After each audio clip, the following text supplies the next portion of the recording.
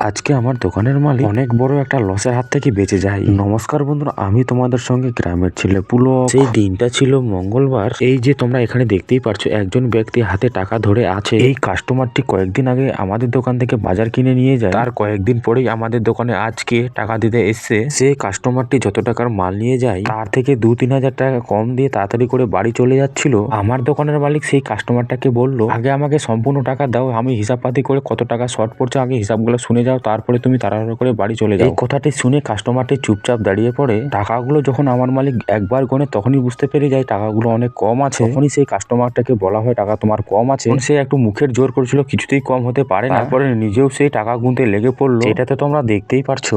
অনেকক্ষণ ধরে টাকা গুনাগুনি করার পর সে নিজের ভুলটা নিজেই বুঝতে পারলো, হ্যাঁ অনেক টাকা কম আছে। মালিক তখনই জিজ্ঞাসা করছিল, তুমি এত তাড়াহুড়া করে কোথায় যাবে? সেই কাস্টমারটাকে আমাদেরকে বললো, বাড়িতে আমার অনেক কাজ আছে, এই জন্য আমি একটু তাড়াহুড়া করছি। আমার দোকানের মালিক আবার জোর গলায় বললো, তুমি হিসাব পাতিগুলো ভালো করে শুনে যাবে না? দুপুরের দিকে আমাদের দোকান তো একবারে ফাঁকা থাকে, সেই জন্যই সেই কাস্টমারটি দুপুরের দিকেই এসেছিল টাকা দিতে। তখনই আমরা ভালো করে হিসাব পাতি করে নিলাম টাকাগুলো।